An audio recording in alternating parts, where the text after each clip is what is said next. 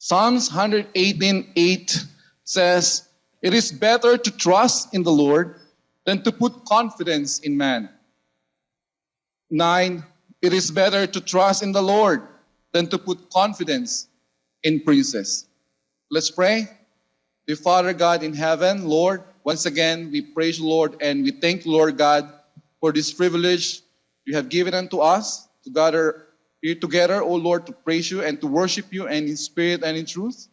And dear Father God, once again, may you continue to forgive us for our iniquities, for our shortcomings, at ako, Panginoon, ay inyo rin patawarin sa akin pong mga pagkakamali. Nawa, Lord God, as I preach the message this afternoon, ay ikaw po ang siyang malulhati sa aming pong kalagitnaan at itago mo po ako, Panginoon, sa iyong krus ng Kalbaryo at ang mga salita mo lamang at ang tihan mo po lamang ang makita po sa hapon po na ito, O God. Kaya Ama, ikaw po ang patuloy na mangusap sa puso po ng bawat isa. Ito po ang aming dalangin. In Jesus' wonderful name we pray. Amen. Amen. So tayo po magsiupo. So this afternoon, ang ating pong message, the title of this message has been taken from Psalms 118, 8 and 9. And it says, "It is better to trust in the Lord." It is better to trust in the Lord. So every one of us trusts in something. Tama po ba? Every one of us trusts in something or trust in someone. So this afternoon, let us talk about trust. Big word, sabi nga, di ba? Big word, trust.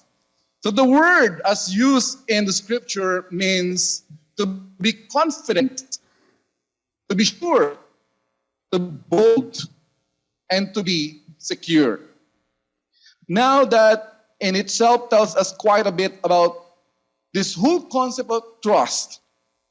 It has to do with what or who we trust in.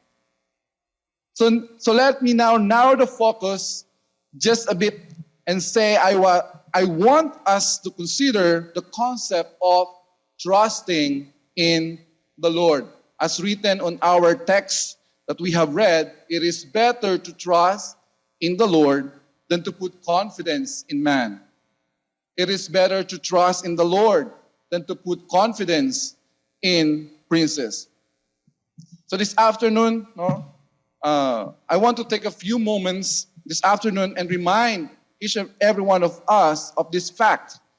So in doing so, I want to let us answer this question: when it is best time to trust in the Lord?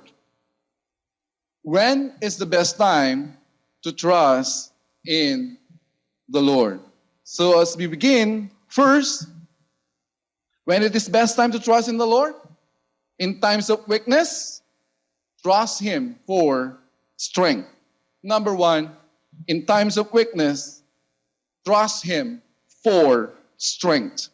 As written in Isaiah 26 verse 4, "Trust ye in the Lord forever, for in the Lord Jehovah is everlasting strength." Sa ating pong mga nanghihina, sa ating pong mga nalulumbay, dahil po sa mga kabigatan at mga pagsubok ng buhay, 2 Corinthians chapter 12 verse 9 says, "And He said unto me, My grace is sufficient for thee, for my strength is made perfect in weakness. Most gladly, therefore, will I rather glorify in my infirmities, that the power of Christ may rest upon me." And in Isaiah chapter 41, verse 10, "Fear thou not, for I am with thee. Be not dismayed, for I am thy God. I will strengthen thee, yea, I will help thee. Yea, I will uphold thee with the right hand of my righteousness." So sa atin pong lahat, we all have periods of time when we feel very weak. Tama po ba? Hindi po sa lahat ng oras, tayo po ay malakas. Hindi po sa lahat ng oras, nandyan po ang strength na yan. No, there will come at times, there is a period of we feel very weak. At during those times na ating pong nararanasan, we experience those weaknesses. This is the time when we need to trust Him. sa mga pagkakataon na dapat po lagi natin siyang katiwalaan, and we put our trust on our God. Gaya rin po ng binanggit ng ating pong Apostle Paul, that when he was at his weakest point, that when he is strong. Bakit? Because then he trusted upon the Lord to get him through. Sa lahat po ng kanyang pinagdaanan, sa lahat po ng kanyang mga paghihirap, sa lahat po ng kanyang mga experiences and challenges in life. At his weakest point, then he was strong because he trusted upon the Lord to get him through. So kaya ngayong hapon na ito, hindi po natin alam ang kalagayan po ng bawat isa. This afternoon, are you weak? Tayo ba ay pinanghihinaan? Tayo ba ay lulumbay o nanghihina sa ating pong mga nakikita, sa ating pong mga nararamdaman, sa ating pong mga na-experience? Are we weak this afternoon? Do you feel that you just can't make it on your own? Kung yan po ang ating pong kalagayan, sabi po ng ating pong text na binasa, trust in the Lord because He will give you strength. Amen po ba? Sa mga pagkakataon, minsan hindi natin, naiisip po natin that we cannot face tomorrow. Then, nandyan po ang ating pong Panginoon. Just put our trust in Him. Because, gaya nga ng kanta na ating pong napapakinggan, because ang ating pong Panginoon ay buhay, we can face tomorrow. Kaya po nating harapin. Bakit? Lalo na po sa ating pong mga mananampalataya. We as believer of the Lord Jesus Christ, we can face tomorrow because we know that the Lord Jesus Christ is there for us. Amen po ba? So in times of our weakness, in times ng ating pong panghihina, in times of our distresses, trust Him for strength. Secondly, when it is best time to trust in the Lord. In times when we are assured of our way, trust Him for direction. Sa atin po, sa mga nagkukommute dito, I believe lahat naman po tayo nagkukommute, tama po ba? Kapag hindi po tayo confident sa ating pong patutunguhan, sino po ang ating kinukonsulta? Nandyan po si Waze, nandyan po si Google Maps, Hindi natin alam ng ating pong patutunguhan, Kaya nga po kinukonsulta natin sila at sinesearch po natin doon ang mga location. Kung may mga pagkakataon, mali pa din ang pinupuntahan. Tama po ba? Mali pa rin ang mga pinupuntahan po ng mga apps na iyan na atin pong ginagamit o yung ating pong mga method to get on that way or sa proper direction na kailangan po natin pong puntahan. But we trust. Kaya nga ginamit po natin Tama po ba? So, but in our spiritual journey, in our spiritual life, sa mga pagkakataon that in times when we are unsure of our way, nandyan po ating pong Panginoon. Trust Him for direction. Siya po ang tunay na makakapagbigay po sa atin ng malinaw na direksyon ng buhay na ito. Siya po ang siyang makakapagbigay po sa atin ng klaro, kung saan po dapat tayo patungo. Psalms 37, 3-5. Trust in the Lord and do good, so shalt dwell in the land, and verily thou shalt be fed. Delight thyself also in the Lord, and He shall give thee the desire of thy heart. Commit thy way unto the Lord. Trust Him. Trust also in Him, and He shall bring it to pass. Commit thy way unto the Lord. Trust also in Him, and He shall bring it to pass. Nakita na po natin ang mga example na nakita po natin dito sa salita po ng Diyos na ating po mga pinag-aaralan, na ating po mga nababasa. Andyan po ang direksyon na ibinibigay lagi po ng Panginoon, the will of God sa ating pong buhay. No, the mga example na ibinigay niya po sa atin, even the example of Israel, no, as they left Egypt. God has planned for them, even if they didn't know what it was. Diba? May plano ang Panginoon sa kanila, sa bayang Israel. Even if they didn't know what it was, He has promised to guide them each step of the way. Nandun ang pangako ng Panginoon, no, sa kanila.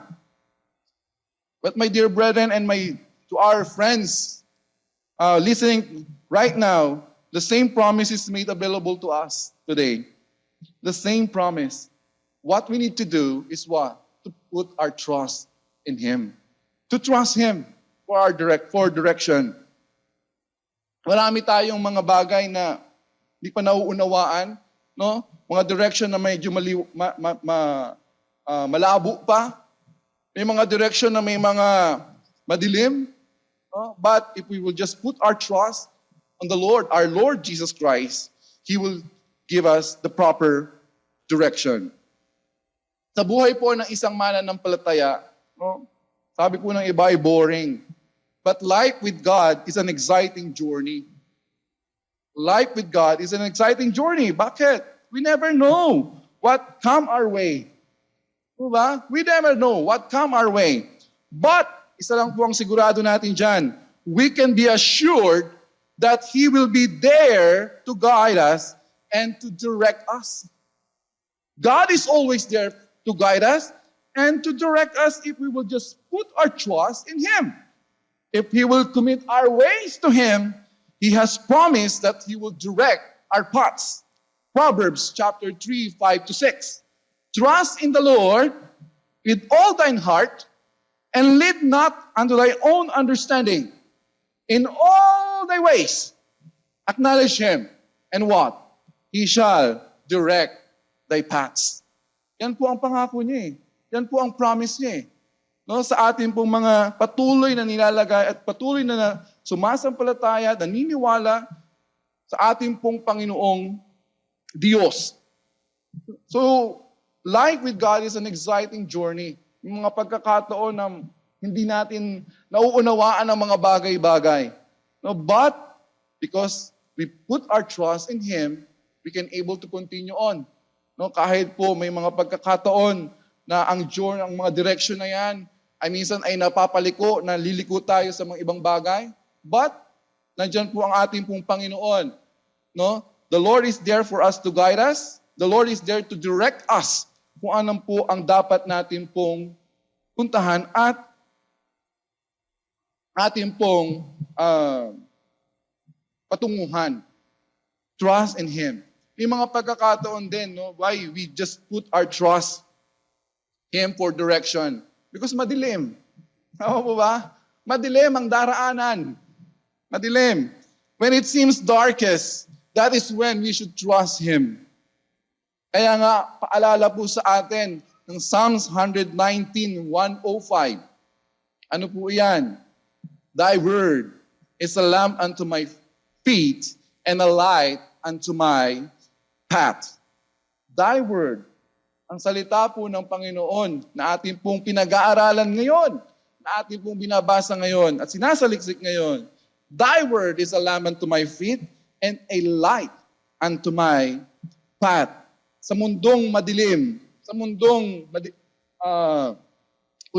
puno ng karahasan and violation, we have the word of God na ating pong nagagamit, no, sa ating pong paglakad. Kahit po may mga kadiliman na ito po ang nagbibigay po sa atin ng kaliwanagan. Kaya in Isaiah chapter 50 verse 10, and it says, Who is among you that feareth the Lord, that obeyeth the voice of His servant, that walketh in darkness, and had no light? Let him what? Let him trust in the name of the Lord and stay upon His word. Let him trust in the name of the Lord and stay upon His God. Manatili po tayo doon. No? Sa ating po sa ating pong Panginoon at patuloy po tayong to put our trust in Him because siya po ang tamang tao at tamang Panginoon na dapat nating lapitan to ask for a proper direction sa ating pong dapat tahakin na landasin.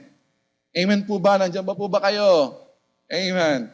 So, when it is best time to trust in the Lord, in times of weakness, trust Him for strength. In times when we are unsure of our way, trust Him for direction. And thirdly, in times when we don't understand, trust His loving care. In times when we don't understand, trust His loving care. Proverbs 3:5. Trust in the Lord with all thine heart, and lean not unto thine own understanding. Romans 8:28. And we know that all things work together for good to them that love God, to them who are the called according to His purpose. Marami po tayong hindi naiintindihan. Marami pa tayong hindi nauunawaan. But because we put our trust in Him, sooner or later, yan po ay ating ipapakita po sa atin at ipauunawa po sa atin ng ating pong Panginoon sa pamamagitan po ng Kanyang salita. Like Job 13:15. Though He slay me, yet I will trust in Him. But I will maintain mine own ways before Him. Alam po natin ang nangyari sa buhay po ni Job. Hindi natin maunawaan. But God allows things to happen for His what? For His own purpose. Meron po ang purpose ang Panginoon kung bakit po ang mga bagay po na yan ay nangyayari. Po ba? Ipakita po sa atin. Become an example to us. We know what happened to Joseph, the dreamer. Po ba? Hindi natin maunawaan bakit kahit ang sarili niyang pamilya, di ba, hindi siya kayang suportahan. Hindi natin maunawaan yun eh. Po ba? But he continued on, putting his faith and trust to the one true God. No, we know we don't understand yung ginawa po nitong si Abraham, Father Abraham. Di po ba? Why he needs to offer his own son as a sacrifice. Hindi natin maunawaan yun eh. But meron siyang pananampalataya at pagtitiwala po sa Panginoon na nagbigay. We don't understand ang mga bagay po na yan. At sa maraming buhay po natin, sa buhay po nating bilang isang mananampalataya, marami pa po tayong hindi nauunawaan. Hindi pa po natin naunawaan ang mga bagay po. But we trust in the Lord. Di ba? Sabi ng Proverbs 3:5, trust in the Lord with all thine heart. At hindi sa sarili po nating pagkakaunawa. Sa kaunawaan, lean not unto thine own understanding dahil marami pa tayong hindi nauunawaan. Magpatuloy lamang po tayo, lagay ang pananampalataya po sa ating Panginoon and trust Him. Trust His loving care. May mga pinagdaraanan tayong mga kabigatan, problema, challenges, trust His loving care. Nandun lagi ang pag-care ng ating pong Panginoon. Amen po ba? I hope na-experience po natin yan sa ating pong buhay, mananampalataya. Trust His loving care. May mga pagkakataon, it is when just don't make sense. Nakikita natin na ano nangyayari mga bagay, parang it doesn't make sense at all. Bakit ganoon? Yung mga pagkakataon, yung mahirap magtiwala, di po ba? When we see that it doesn't make sense at all. But for us believers, for us na mga mananampalataya, for us who have Christ in our life, we will continue on to trust Him. We will continue on to trust Him. Pinapaalala po sa atin, that He tells us that His ways are not our ways. And His thoughts are above our thoughts, are not our thoughts. Diba? Mas matalino pa ba tayo sa ating pong Panginoon? Aba, kung alam mo na ang lahat, di ko na lang ang Diyos. Diba? Pero hindi, dahil makasalanan tayo eh. Makasalanan. Diba? But, ito pong pinapakita po sa atin, He tells us that His ways are not our ways and His thoughts are not our thoughts. So, just put our trust in Him. And when we don't understand, in times we don't understand, trust His loving care. And at the times that we don't understand, this is when we must trust Him the most. Diba? So, sa mga pagkakataon sa ating pong paglakad na we really don't understand, we really makes no sense at all. That is when we must trust Him the most. Kaya sabi nung kanta, our Father knows what's best for us. His ways are not our own. So when your pathway grows dim and you just don't see Him, remember, you're never alone. Let us continue on and put our trust in Him alone. Amen po ba?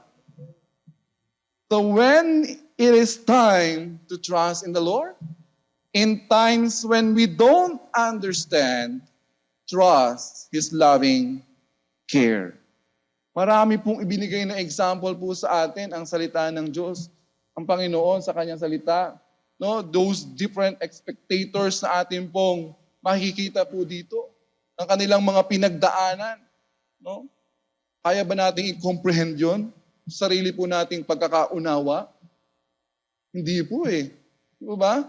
Kasi sa mga pagkakataon na may dumaranas lamang po tayo ng matinding kabigatan, kasakitan, parang ang hirap, di po ba?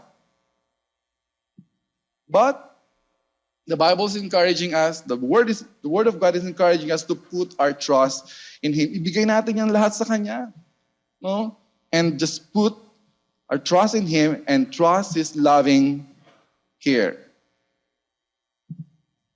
So when it is time to trust in the Lord, in times of weakness, trust Him for strength. In times when we are unsure of our way, trust Him for direction. And in times when we don't understand, trust His loving care. And last, when it is time to trust in the Lord, all the time. Amen po ba? Psalms 62:8. Trust in Him at all times. Ye people, pour out your heart before Him. God is a refuge for us. Selah. Trust in Him at all times. Trust Him of all time. But before we can have confidence in God, before we can trust Him at all times, we must have a personal relationship with Him. We must first trust Him for salvation. Kaya po sa ating pong mga kaibigan na ating pong naimbitahan at joining our service this afternoon, before we can have this confidence in God, before we can trust Him at all times, we must have a personal relationship with Him. We must have first trust Him for our salvation. Isaiah 12 verse 2, and it says, Behold, God is my salvation. I will trust and not be afraid. For the Lord Jehovah is my strength and my song.